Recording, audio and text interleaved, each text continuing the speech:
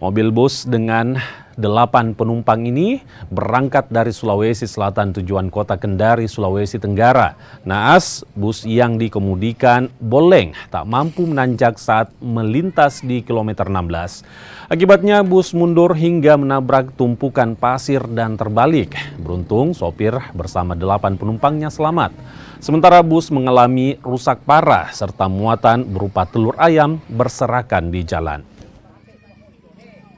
Kejadian laka tunggal di Jalan Poros Kolaka Kendari, tepatnya di kilometer 17, yakni mobil bis Sulfikar.